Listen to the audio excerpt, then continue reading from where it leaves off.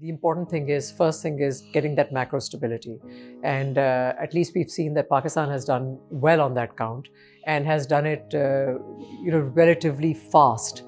To achieve this level from where we were, let's say 18 months or 2 years ago, it's quite an incredible feat in that sense.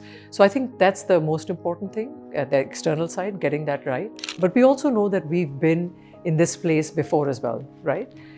It's where we go from here. And that's really about, course correction and redefining the playbook. We know that whenever we've come here before, we've then, put our foot on the pedal and pressed for growth. But if there's structurally, if we haven't corrected or reformed ourselves, we end up in the same position. So how do we get growth from here, right? And that really is the challenge, and that's what we're trying to answer. So you're seeing some of those, I think, difficult decisions that the government has taken in terms of trying to restructure things. We've reduced subsidies, we've increased energy prices, we've increased gas prices.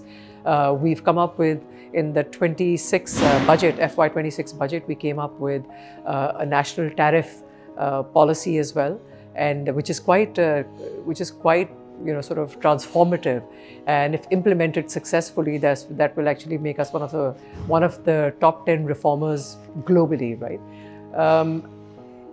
But when you do course correction, it's also a little painful. So we're also witnessing some of that. When you talk to businesses, you will see that there are challenges, because if you've been doing business in a certain way for the past few decades, this kind of course correction requires a complete rethink.